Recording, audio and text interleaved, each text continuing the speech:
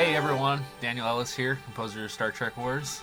And Joshua here, writer and director of Star Trek Wars. Thank you for joining us for this commentary on the music of the film. Most definitely. So this first track was actually probably the first thing I ever wrote for this movie, and it stuck with a few extra changes. But obviously, it's an homage to Star Wars, but we wanted to get some Star Trek in there as well, so here's that. Well, this Star Trek portion was something that we came up with later, but it gave us an excuse to throw in some music, this campy, sort of happy music from Star Trek, which appears here, which is great. Right, yeah, and I mean, it's from the original one, which actually there's really not another point in the movie where you hear original Star Trek homage. So that's just a fun way to open it up, and now we dive into the world of George Lucas. Right, and we see him playing with toys, so the music is going to reflect this mischievous, kid-like activity. And in fact, this was one of the first things we wrote that really didn't need many changes at all. I think we pretty much, I pretty much just did this, and I sent it to you, and you're like, hey, that sounds good. Let's make a couple tweaks, and then it'll work. But it's just kind of quirky, and kind of like the Jawas, from Star Wars. Yeah, it sort of picks up on where I was thinking George Lucas was in our Spielberg film, and this image of this kind of old guy playing with toys has just been in my mind for years, and this was the jumping block for an entire another adventure. But then, of course, now this is really the first place where you hear Melody and George's love theme and a little bit of conflict. It's kind of a little hint at what's to come. Director's log. And now just kind of a blatant jump over to Star Trek. This is kind of the adventurous beginning to JJ's embarking on Star Wars, and then it gets cut off abruptly when his phone rings. And I'm glad that we were able to capture that captain's log, director's log motif. It took a few tries to get there. Yeah, that one did take some more work. It's so great to hear from you. And then this conversation was actually quite difficult to score. We didn't need to do anything, too complicated, but we knew that this was really the first place where you started to feel a little bit of conflict between George and JJ. So we were kind of going for that with this part. And then we've got Kathleen walking in right here, which completely cuts off George, and she takes over, and it's all business, kind of like Darth Vader. But at the same time, it was a little humorous. We didn't want it to be overbearing, but just like Darth Vader, he's a little over the top and just sort of assesses dominance without being the horrible, most evil person in the world. Yeah, totally. And then as this kind of begins, the music kind of tells us that this is the beginning of a big adventure, and it's going to take some work, but it's going to be fantastic. This was one of the first themes that you wrote. Yeah.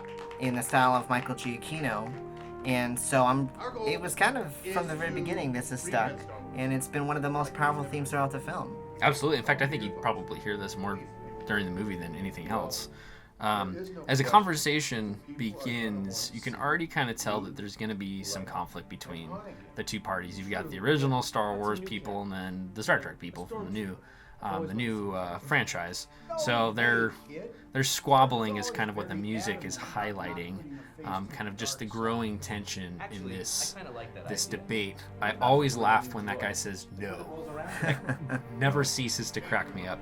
Well, what I like about this scene is, first off, it's our first foray into the Michael Giacchino world. We knew that the JJ scenes should be geared towards Star Trek, but in particular, then it shifts into this conflict sort of area, and that's sort of the tension from original Star Trek series that you hear. So all these different textures, being able to fit them all in, I think you did a really great job with that. Oh, thank you. This one took a while, though, too. And I actually remember trying to take a Star Wars-y approach to it, but then we ended up choosing to go with that Star Trek feel.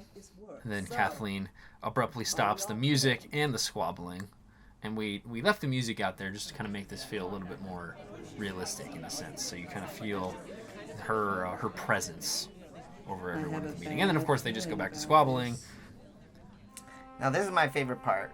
The Mine love too. theme. I love this. And to be honest, this is the thing that I wanted from the first day of writing, from the very beginning. Daniel, can you tell us how you came up with this? Yeah, this came out of John Williams' beautiful sweeping love themes that you hear throughout all of the Star Wars movies. And this was a fantastic opportunity for me to get to write something like that. So what we did was we wrote a love theme that could kind of be molded to different scenes. That's the beauty of how Williams approaches it, is he writes themes that can be kind of tweaked and rewritten in different ways so that they can apply to different emotional impacts, I guess, throughout the movie. So, but this is kind of a... This is just kind of a way. This is really the first time you hear the love theme in its entirety. As you remember from the very beginning, when George is playing with his toys, you hear it slightly, and then now you're hearing it for its full length. And it's kind of capturing George's love for Melody, but at the same time you hear his conflict between knowing that he should move on from Star Wars, but not wanting to, hanging on to that project of his baby, because it's his baby. So really, this love theme is almost for George's love for Star Wars as well. It's just heartbreaking. That's what I wanted. It really is. I wanted that conflict, and I wanted you to feel the sorrow, and probably one of the more serious tones we have in the movie. Yeah, it really is. It definitely is one of the more serious moments. And then we've got this blatant cut to a very obvious homage to Michael Giacchino's Star Trek. We just wanted this. This is just supposed to be absolutely exciting because they're announcing Star Wars 7 to the world. We wanted it to be, let's get out and do this. Absolutely, we're excited. Well, you came up with some of the content for this in your original Kickstarter video, and I remember everyone just loving this part of the music. So actually being able to foresee this being put into the Comic-Con scene when it didn't exist in the beginning is really great. Thank you. Yeah, it was fun to be able to kind of mold this to that scene. And then you'll notice that the music is going to drop out here for the first set of questions. And we wanted... So if you have too much music in a movie, it starts to kind of lose its impact. So this is one of the places where we opted to leave it out. Just so you also, because less music in places means more realism. So you will actually feel the scene as being more realistic because it doesn't have music. The other reason why we did this was because I wanted to recreate what it would really be like to be a Comic-Con. Absolutely. Of course, during a panel there's no music, but also the music, the background in this scene is that crowd, and the crowd is shaping the emotions in this. So hearing their reactions isolated from music tells that part of the story. Right. And so when the music comes back in again, that's going to add another layer to this. Absolutely. And then when that way, it also the nice part about it is too, when the music does come in, it has more of an effect on the emotional content. You don't want wall-to-wall music, because if you have wall-to-wall music, then that takes away from the emotional impact that all the music has. So, and less is more is a very good saying that applies to the writing of a film score. And this just happens to be one of the places that we chose to omit the music. What are you going to change about Star Wars? I'm glad you brought that up, because we've got something that you're all going to love. We now present to you... And of course we've got the music coming back in here as the Star Wars tri-saber is revealed. And they're all kind of like, what? And the music will kind of grow out of that commotion and show off some of the tension that, all the thoughts that everyone's having. Well, I think you're tracking our own emotions as an audience, because we're like, oh my gosh, we're feeling that. So now we have, and then we lead up to this reveal. So using the music to create those impact points, right? Yeah. And then another awesome and deliberate homage to Giacchino Star Trek. Absolutely. Right, and even old Star Trek in a sense as well. There's a little bit of that here. Just kind of that nasty, tense chord that is just showing everyone's like, what is going on here? This is terrible. What have you done? As you can see, it's just dark and evil. It's kind of really the first place where you really see the tension between George and JJ. I'm really glad we got some real crisis conflict music in this film. Spielberg was fun, but a lot of it was just sort of happy, kind of sad. But here we get chances throughout this thing to do real conflict, which only grows from here. Absolutely. It's only going to get more intense. But before we do, we got a fun montage to do, okay? Absolutely. And in fact, this montage took the longest out of any of the music to write. It was so hard for me to figure out, what would really work here. And I listened to John Williams' Asteroid Field track from Star Wars 5 for a little bit of inspiration, and I found that the tone of that, kind of the chaotic tone of it, would fit this nicely, because everything from, during this montage appears to just be going wrong.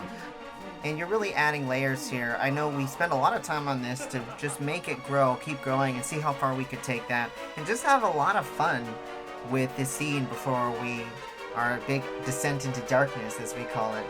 Yep, absolutely. And it was actually ended up being one of the most fun tracks right after we got past the initial hurdle of what to right here.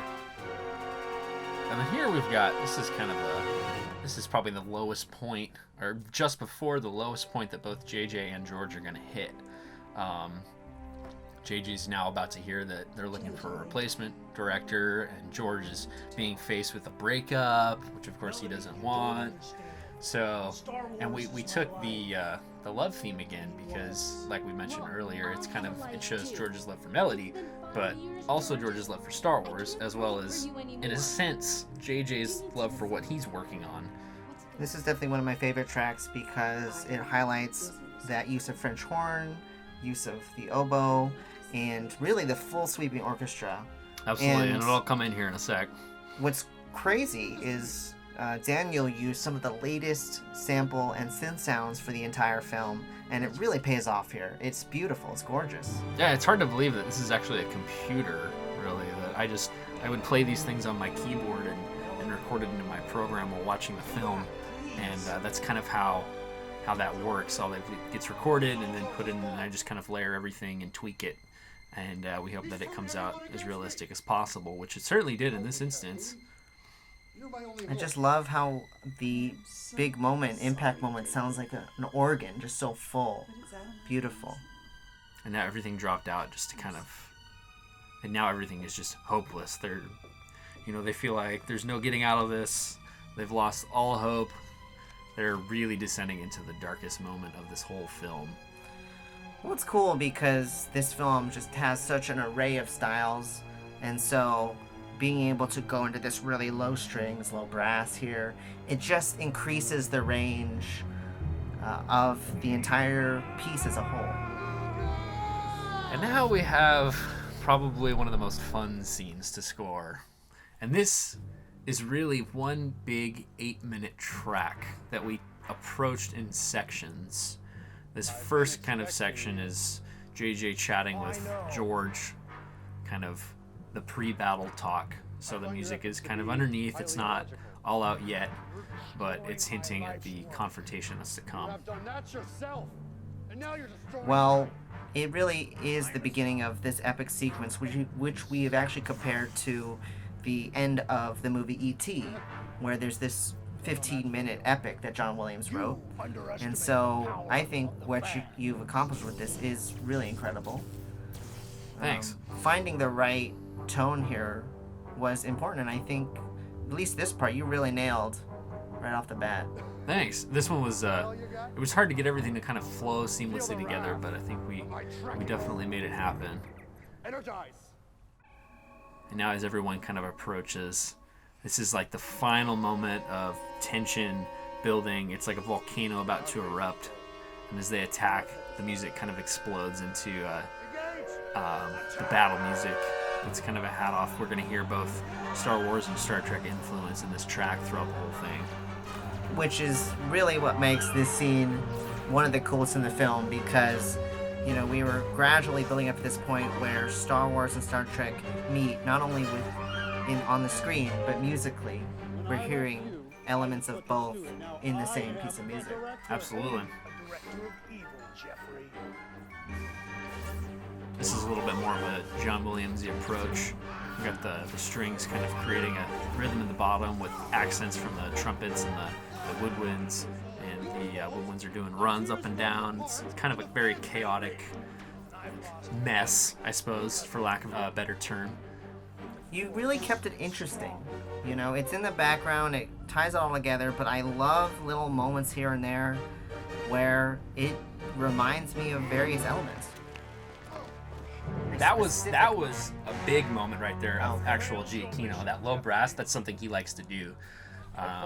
You can hear that in the first Star Trek movie that Abrams directed.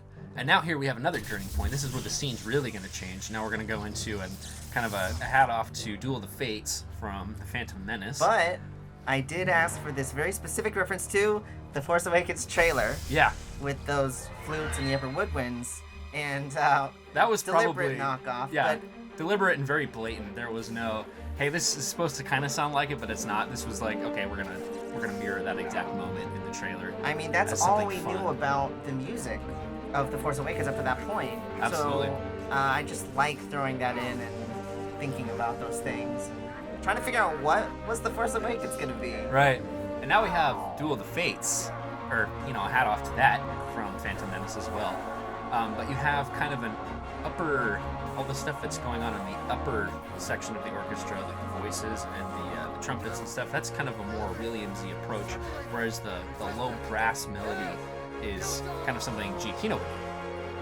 And now, here we have Gene coming in, and this is where everything changes once again. This is kind of the fourth section of this. And this also took, this particular section did take a lot of, tweaking and changes to get it just right, because there's a lot of very subtle emotional impacts here. So there's still, you can still kind of see a little bit of conflict here, because they have their lightsabers out. They're both kind of in fighting positions. But Gene's slowly kind of talking him out of it. This is a challenge, because there's a lot of dialogue here. There's a lot of important information. And having the music subtly progress really helps mend it all together, but also helps to set these very subtle moods throughout the conversation. And I know we used some music from the scene where Yoda lifts an X-wing. That was part of the temp. As part of our temp music, but at the same time, I'm glad we were able to deviate from that and make it work for Gene Roddenberry. But his ascent into the sky, the mystical, wherever he goes, it's a great use of the music in this scene. And you get this little dance again with our flute, our French horn, and our oboe, which were our themes for this, theme instruments for this film. Absolutely. When we begin to appreciate our differences in ideas and in life. And as everyone kind of starts agreeing with Gene, the music starts agreeing with Gene as well. We called this the Unity theme. Yep. The Gene Roddenberry / Unity theme, because everything's coming together, and I think really is the centerpiece, message and music of the film that just really represents what we want to be as fans and as people, as humanity. And here, at this point, they finally realize that Gene is right. They've put their sabers away. The conflict is gone. So kind of as he ascends and disappears, the music ascends with him. And it's this very large impact point. And I love the bell chimes here. This whole thing is just sort of a reference to Yoda or Spock. Well, some people have cried here. That's what I've heard. Really? So I they've can believe cried it. there. And then kind of as he disappears, the music climaxes, and now he's gone. It's going to come back down. And really, this is where the music resolves harmonically. Really, we needed the music to hit hard there, and it totally does. JJ is thankful for everything that George has done, and George is also thankful for everything that JJ has done and will do with Star Wars. He now feels comfortable with leaving his baby in the hands of JJ Abrams. So this was a very big, resolute moment, for sure. In fact, definitely the biggest resolution in the whole movie. So I sat on that chord for a little while to really draw it out. And now here we have the last montage of the movie where it continues to show that the conflict is finished.